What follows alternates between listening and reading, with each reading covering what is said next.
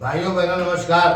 मैं अनिल शुक्ला वासी पूर्व सांसद अपने YouTube चैनल जनयात्रा टीवी में आप सभी का बहुत बहुत स्वागत करता हूं। आज का हमारा विषय है हरियाणा के नूह मेवात में मानवता की हत्या। जानिए हिंसा का सच। साथियों, नूह का इतिहास करीब 1200 साल पुराना है। हरियाणा से राजस्थान व उत्तर प्रदेश तक फैले मेवात क्षेत्र की राजधानी के नाम से नूह को जाना जाता था। नूह शहर को किशनध्वज नामक ब्राह्मण ने इंदौर से आकर बसाया था। बाद में अलाउद्दीन खिलजी ने ब्राह्मणों से सारी जमीन छीनकर खानजादों को दे दी।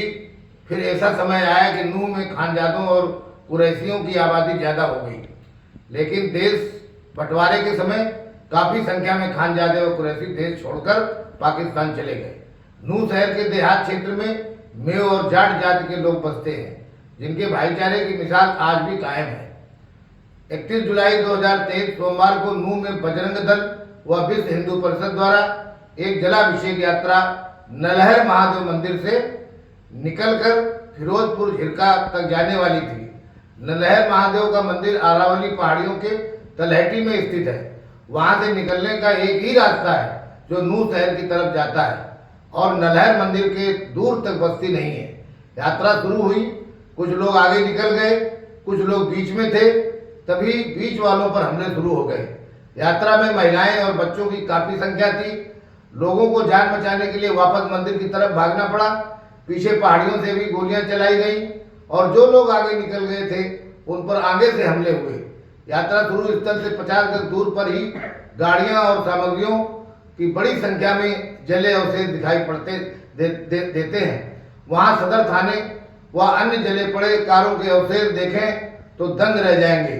नूह हिंसा में दंगाइयों ने एक जज की कार भी जला दी। हमले में महिला जज व उसकी 3 साल की बच्ची बाल बाल बच गई।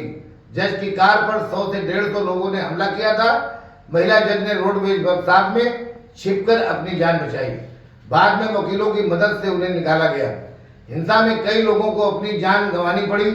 इसमें 2 होमगार्ड, गुरुसेवक व नीरज, नूह के शक्ति, पानीपत के अभिषेक, गुरुग्राम के इमाम, बादशाहपुर के प्रदीप शर्मा एवं अन्य व्यक्ति शामिल हैं। गुरुग्राम के पास एक गुरुकुल पर 2 बार हमले की कोशिश की गई, लेकिन ग्रामीणों ने जान की बाजी लगाकर गुरुकुल को खंडहर होने से बचा लिया। बेकसूर दुकानदारों और व्यापारियों को लूटा गया। उनके प्रतिष्ठानों को आग लगा दी गई। यही नहीं, कुछ कारोबारियों को मारकर सड़क किनारे फेंक दिया गया। असल में हिंसा में शामिल लोगों का मकसद था कि इलाके में दहशत का माहौल बनाया जाए। उनके निशाने पर खास संप्रदाय के लोग थे।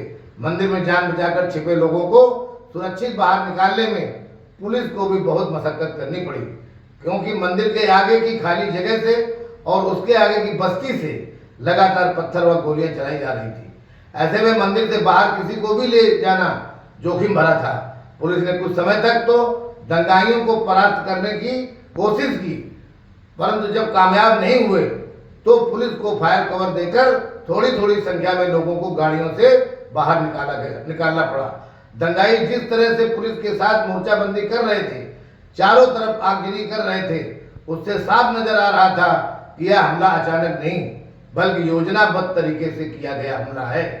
प्रत्यक्षदर्शियों ने कहा कि यात्रा अगर आगे निकलकर बड़कली तक पहुंच जाती तो हजारों लोग मर सकते थे, लेकिन यात्रा तो 100 गज भी नहीं चल सकी।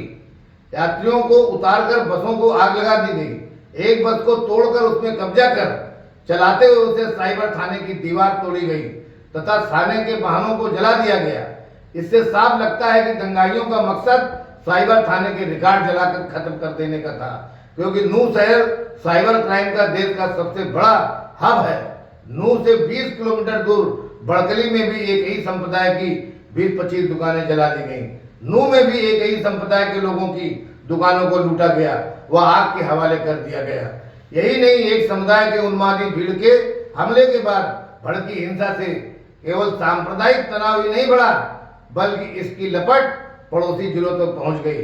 विशेष रूप से उत्तर भारत का IT हब वाला शहर गुरुग्राम, जहां दुनिया की बड़ी बड़ी IT कंपनियों के दफ्तर हैं, इसमें अंतर्राष्ट्रीय स्तर पर भी खराब संदेश गया।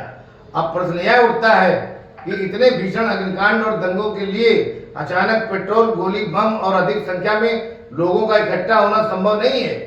इस पूरे घटनाक्रम से साफ पता चलता है कि इसके पीछे लंबे समय की तैयारी थी और वे अलगाववादी अंतरराष्ट्रीय तत्व सम्मिलित हैं जिन्हें भारत की बढ़ती हुई ताकत बर्दाश्त नहीं होती और अंतरराष्ट्रीय स्तर पर वे देश को बदनाम करने की हर प्रकार की कोशिश करते रहते हैं। अब सवाल यह उठता है कि घटनाएं तो कुछ लोग करते हैं और परिणाम पूरे समाज को भुगतना पड़ता है। पूरा शहर घंटों हमलावरों के नियंत्रण में रहा और पुलिस बेअसर रही। यह स्थिति बदलनी चाहिए। जिस पर हमले हुए, जिनकी दुकानें जलाई गई, उन्हें पूरा मुआवजा मिले तथा उनके अंदर सुरक्षा का भाव उत्पन्न हो। हिंसा करने और कराने वालों को कड़ी से कड़ी सजा मिलनी चाहिए। इसके साथ राजनीतिक, गैर राजनीतिक, धार्मिक, सामाजिक समूहों को आगे आना चाहिए। दोनों समुदाय के बीच जाकर उनके अंदर के अविश्वास को कम करना तथा अतिवादी विचारों की ओर जा चुके नागरिकों को मुख्य धारा से वापस लाना चाहिए। इसके लिए लंबे समय तक काम करने की जरूरत है। बहुत बहुत धन्यवाद। अनिल शुक्ला वारसी। अगर आपको पसंद आया हो तो इसे लाइक, सब्सक्राइब करना न भूलें। Thank you.